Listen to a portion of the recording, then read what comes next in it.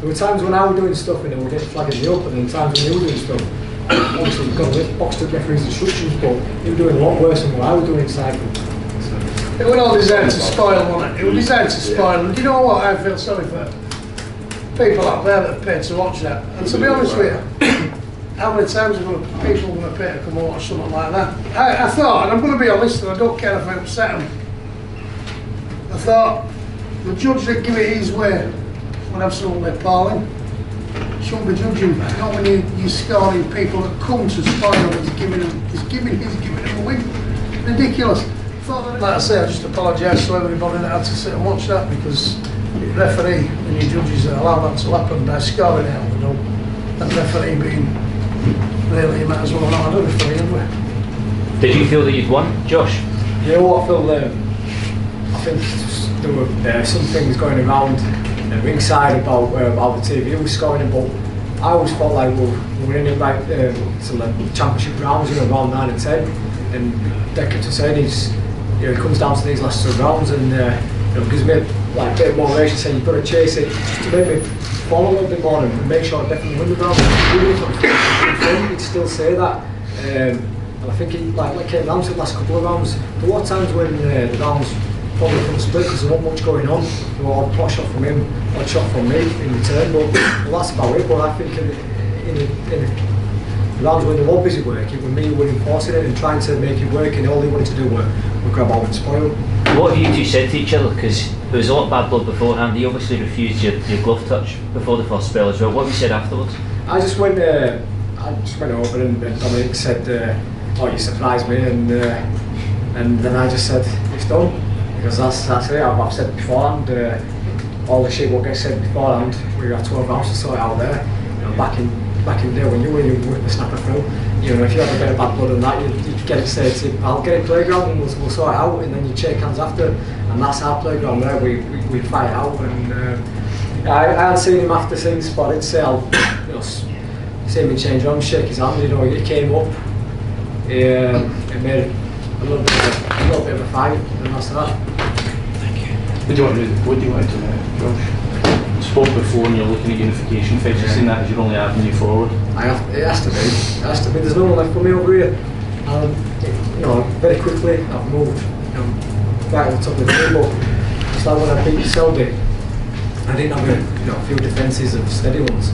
Straight on with a big fight with Warrington, and that's what I want. It's the big fight's what I need, really. And I think I've been speaking about it for so long. I've maybe put a little bit too much pressure on myself, like even throughout today, thinking about going forward. Relaxed when I arrived to the arena, and relaxed with the thing, but times in the fight when I wanted it too much, and instead of fighting with my head, fighting with my heart.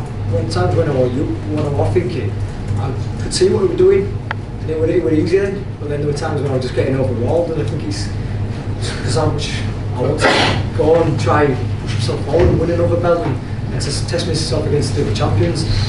Selby, Frampton, Kid Galahad, what is there left for me to fight over here? I'm ranked highly in all the world governing bodies now. Also in the Ring magazine, so it's got to be another world champion for me. Which one do you want, Josh? There's been chat about Valdez possibly, about talks about starting that front. Yeah, I mean that'd be a fantastic fight. Or Santa Cruz, he's the top of the tree, isn't he? And I've been saying it a long time. Let's go for the best. I don't want to be coming back here and having to defend this one against someone like Peter who works at car wash on York Road, and then gets himself in the rankings. I want a big fight. The big fights will make me shit myself on a night time. That's the ones I want, and just carry on this journey. So what? Say for example, I can't get you verification right next. Then I'll wait. Can we do another first round? Wait for 9 months until they ought to be mandatory. Josh, would you want to fight over there in America now and kind of broaden yourself out that way? I'd like to. If I could get me on, I'd like to, just for the memories, for the experience, and I've gone on the road over here. I've been here 8 or 9 times, Manchester. If Frank and the team can make it happen, then yeah, that's what I'd like to do. Have you spoken to Billy Graham about some of the times when Ricky was big over the Vegas nights and stuff? Yeah, fantastic. I mean, when we go over, don't you? Like to have shared hockey with him and that, and chat tactics. Yeah, it's my mate, Billy. Yeah. Well, yeah, it's Tell you what I don't understand now, why they can't have everyone to fight Junior Witter. You can see that now, can't you? You know, it's a lot of people have mentioned that today as it goes. Because it's, look, we're saying we've got win and we're sat here like we've found a pound and lost a tenner. But at the end of the day, it comes down to getting that fucking win. We've got the win, we've done it however we had to do it. Could have done it with a better referee, we might have been a little bit different, you know. Genuinely, anybody here now that can, is there anybody that can argue with me and say you wouldn't have been surprised if it had been disqualified? You wouldn't have been surprised. We've seen people disqualified for far less than that tonight. And it wasn't just once or twice, it was round after round after round after round. And you could go away and you can watch that. You know, you could go away and watch it again and you'd think, you know what, he's right. He's not often I am right, but on this occasion I am right. You know what I mean? Josh, all that being For said, Lennon to have his holding ref in his head for the next month. Yeah. So many people shouting at him tonight, he just didn't pay any attention to it. Would he get 2 warnings? Yeah. And you know, and I think, you know, he just said, you know, it's not like, you know, we're sitting there jumping around, you know, over the moon. We really should be over the moon, you know. He's got another great win in front of another banged out crowd, and you know, I was sitting there and I'm like beaming for him. I think, you know, what he's done the last 9 months, he's absolutely, you know, in short, spectacular, and he deserves them big fights. That big unification fight, you know. He's Valdez, and if Valdez is busy, we'll go after Santa Cruz, and that's definitely the next move. Josh, was he better than you thought he would be? It's a difficult question because I kind of expected that elusiveness.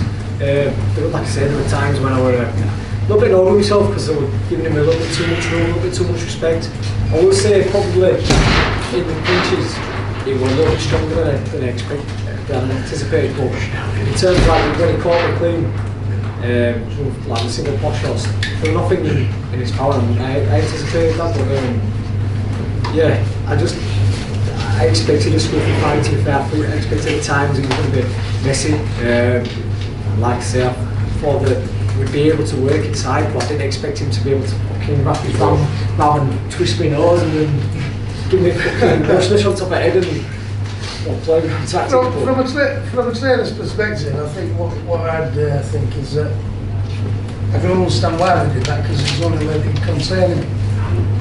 And nobody wants to fight Sheffield fighters because they are very good at making your lads look poor, aren't they? You know what I mean? And that's what he did tonight. He didn't make it look poor.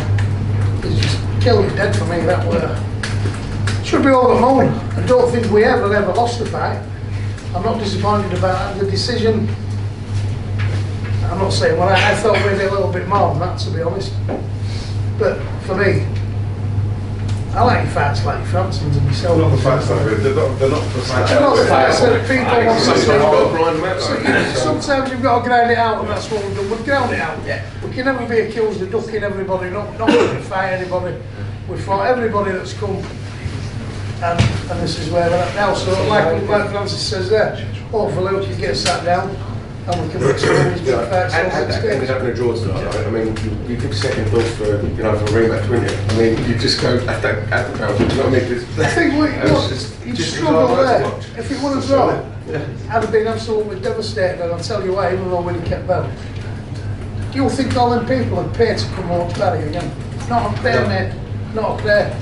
No, totally agree. And, you know, he's not sporting tonight, but you know, he didn't make the most of. He didn't make the most of his own opportunity, which is. Josh, did you enter a point where you thought frustration might get the better of you? Because I mean, obviously it was a really huge frustrating night for you as well as a lot of the fans who came to watch something better.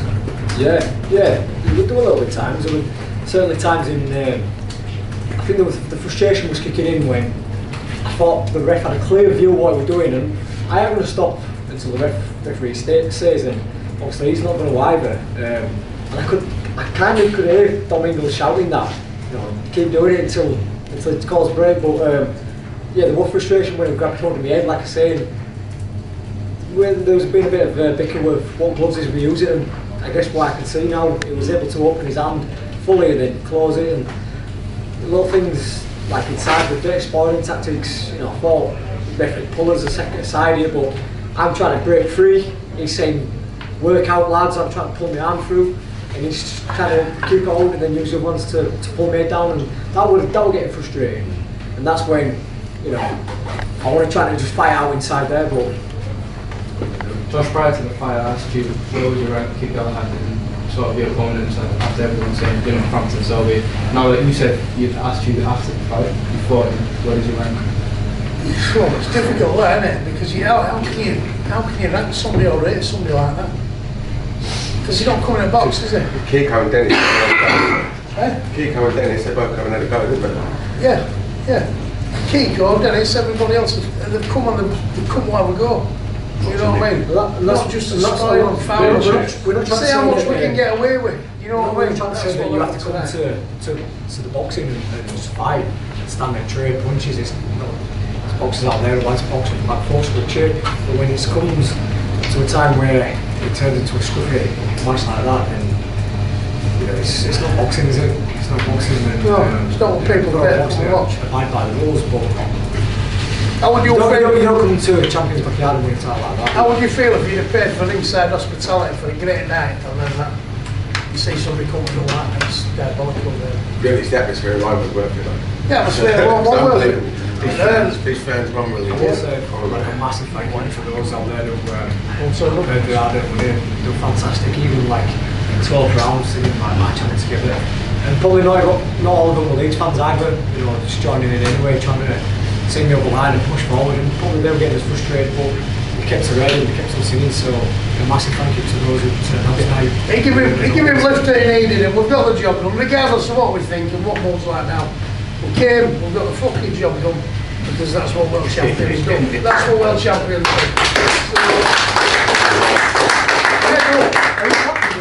Yes. You know what's coming now, don't you? Big kebab and a bottle of rum. Hey! Gets in.